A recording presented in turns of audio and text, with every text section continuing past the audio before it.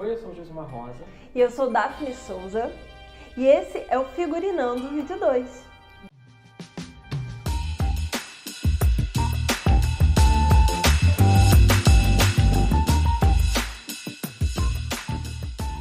Continuando a nossa série de vídeos com o intuito de te ajudar e de instruir você que é um espectador comum, que não é crítico de cinema, que não é especialista no assunto, a entender e aproveitar um pouco mais da arte cinematográfica, a gente vai falar hoje um pouco sobre a segunda função do figurino no fazer cinematográfico, que é a função de ajudar a criar e estabelecer o universo em que aquela obra se passa. Lembrando que se você não viu o nosso primeiro vídeo, em que a gente fala sobre a identidade, a gente vai deixar o link aqui embaixo para você. E mesmo que você tenha visto, vamos dar uma lembradinha do que a gente falou no último vídeo? Falamos que o figurino cria identidades, mas o figurino não para por aí. O professor e crítico Pablo Vilaça fala em seu curso Forma e Estilo que o figurino está dentro da tutela do design de produção. E o que é exatamente isso? O design de produção, ele engloba tudo que você vê na tela. O professor diz que o figurino, o design de produção, ele serve para recriar mundos, seja real ou fantasioso. No seu livro A Linguagem Cinematográfica, o historiador e crítico de cinema francês Martin Marcel divide os usos do figurino em três: realista, pararealista e simbólico. O realista é aquele que simula ou se propõe a simular a realidade. São fiéis à época que estão retratando, trabalhando exatamente de acordo com o contexto histórico. Um bom exemplo disso é o filme nacional Hoje Quero Voltar Sozinho, de 2014, em que os figurinos meramente retratam adolescentes em idade escolar. O filme Isolados, de 2014. Nele, os figurinos seguem basicamente padrões sóbrios e cores escuras, e ajuda a estabelecer o tom conspiratório e soturno da produção, acompanhando uma paleta de cores que deixa de lado qualquer cor vibrante para criar um universo escuro. Após entender como trabalha o conceito de realista dentro de uma trama, no figurino, a gente trouxe para vocês alguns exemplos que nós vamos destrinchar aqui agora. Na novela da Globo Império, de 2014, e que agora está de volta, nós podemos falar dos personagens que movem a trama. O primeiro personagem a ser analisado é o Comendador, o protagonista masculino da novela. Ele é um personagem que nasceu pobre, foi para o garimpo e no intitulado Monte, em Roraima, conseguiu fazer sua fortuna, ficando milionário. Esse é um personagem que passa por três fases bem distintas ao longo da novela, e elas são demonstradas, como não poderia deixar de ser, através do seu figurino, de modo a marcar de maneira bem clara essas três fases. Na primeira fase, que se passa nos anos 80, José Alfredo, o futuro comendador, é um rapaz jovem, ambicioso, porém de uma família muito pobre, que depois de uma decepção amorosa, vai para o garimpo. O seu figurino transparece exatamente essa essência. Seus visuais são compostos por jeans azul, uma peça popular e jovem, e sempre combinados com camisas sociais de manga curta, seja com estampas em xadrez ou em cores sempre claras, desbotadas. É importante ressaltar aqui que ele nunca usa acessórios, como anéis ou relógios, qualquer tipo de peça que traga alguma sofisticação para o visual ou que indique que ele é uma pessoa que possui bens materiais. Na segunda fase, quando acontece sua primeira viagem exterior, logo após conhecer Maria Marta, ele toma um banho de loja e se veste pela primeira vez com roupas de grife. Mas há um detalhe muito importante aqui que a gente deve chamar a atenção: sempre de preto, que é uma cor que transparece sofisticação e mistério. E essa cor se torna sua assinatura pessoal, é uma cor que vai acompanhá-lo ao longo do resto da trama. Na terceira fase, agora já como comendador, ele é apresentado como um homem mais velho, rico, sofisticado, com ternos bem cortados, sapatos caros, relógio de grife e um anel, sempre o mesmo, que é uma representação do seu poder, da sua soberania. É como se esse anel fizesse alusão, uma alusão bem clara, aos anéis usados pelos reis. Uma outra característica que a gente deve chamar a atenção aqui é pro fato de que ele nunca usa gravatas. É como se esse acessório fosse um símbolo que representa a repressão, e a ideia aqui é mostrar como esse não é um personagem conservador ou um personagem que segue os parâmetros, segue as regras de um mundo de negócios mais engessado. Outra personagem muito interessante de ser analisada é a personagem de Mariana Rui Barbosa, Maria Isis. Uma menina que, ao que a trama mostra, foi trazida para a capital pelo comendador e que mora em um apartamento bancado por ele, o arquétipo da Lolita.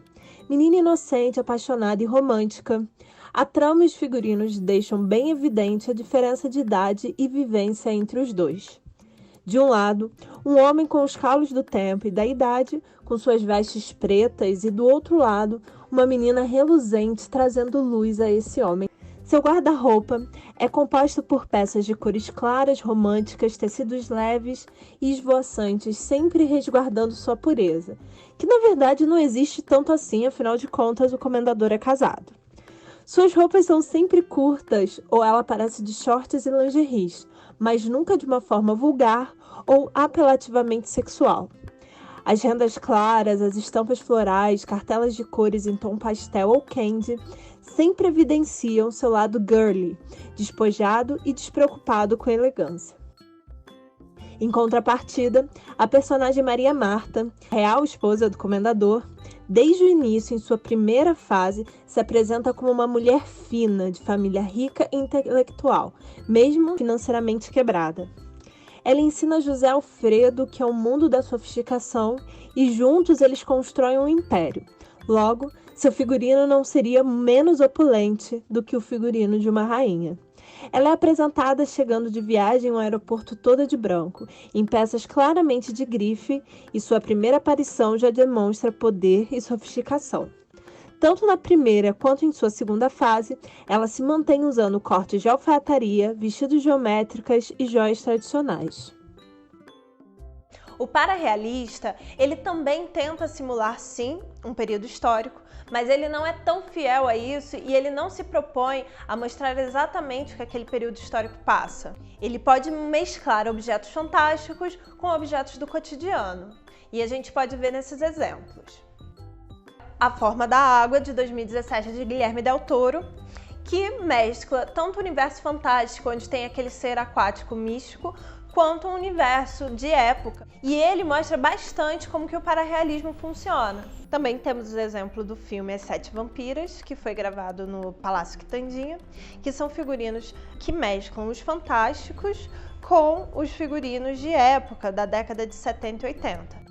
A novela da Globo, Além do Tempo, se passa em dois momentos diferentes. A sua primeira fase se passa no que a gente pode considerar mais ou menos no século XIX. Vale marcar aqui que não tem uma passagem de tempo exata ou uma época exata em que ela está inserida naquele momento.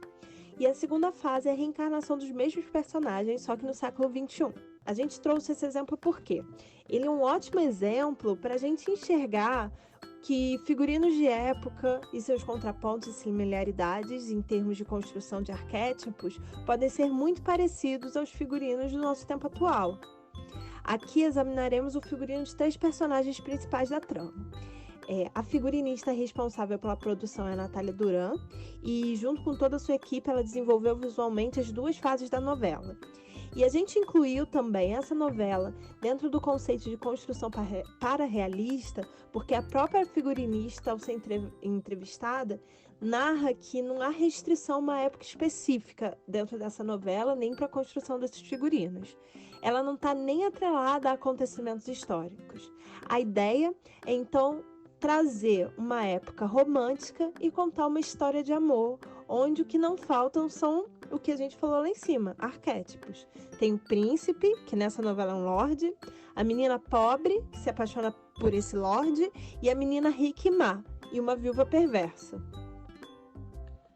Fazendo contraponto a ela, a vilã, personagem da Paola Oliveira, Melissa, é uma jovem nobre, vanguardista, com guarda-roupa impecável e deslumbrante, que demonstra uma personagem que mora na capital e é totalmente ligada com a moda. Ela é totalmente vanguardista.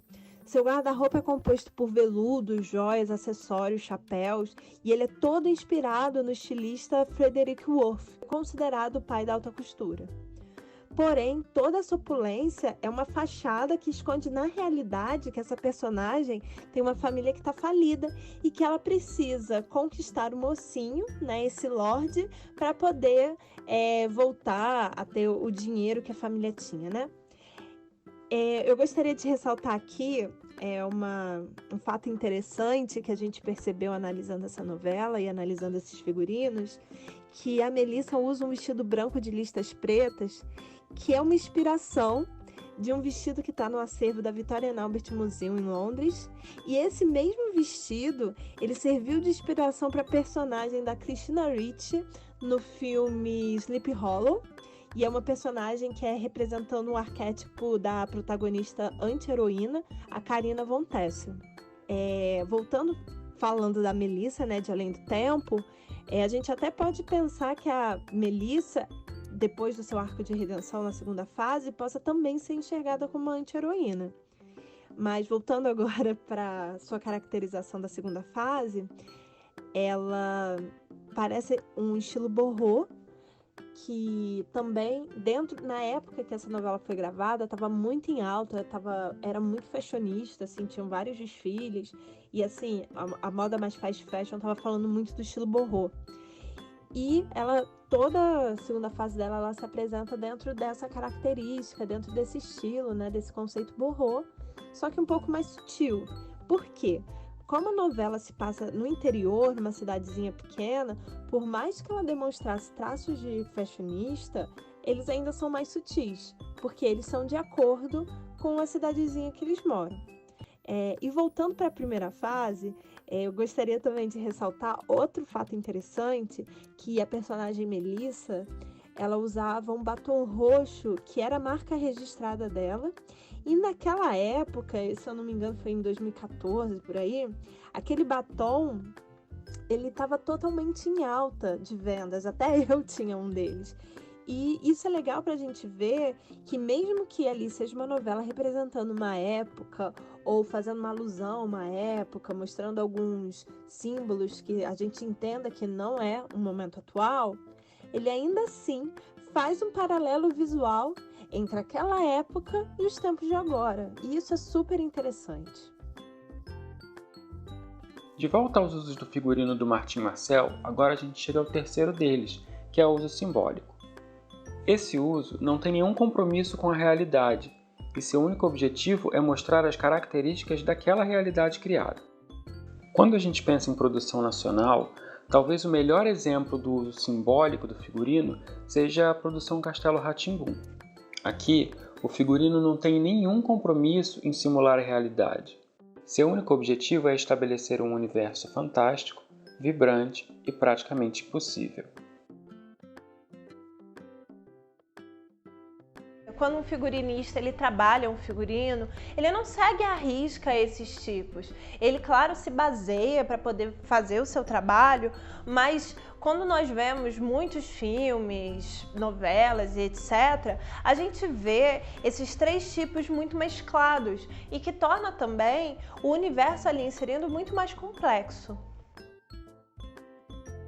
Um bom exemplo de situação em que essas três definições se misturam um pouco são alguns filmes de super-heróis que acabam usando um figurino um pouco mais realista para tornar um universo muito fantástico um pouco mais palatável para o espectador.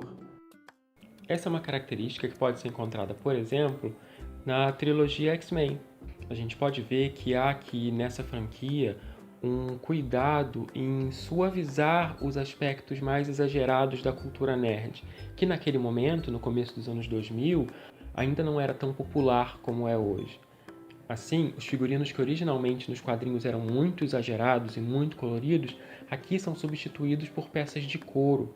A ideia é trazer esse universo para mais perto do nosso mundo real e assim atrair o espectador para dentro dessa história e não afastá-lo com elementos muito exagerados.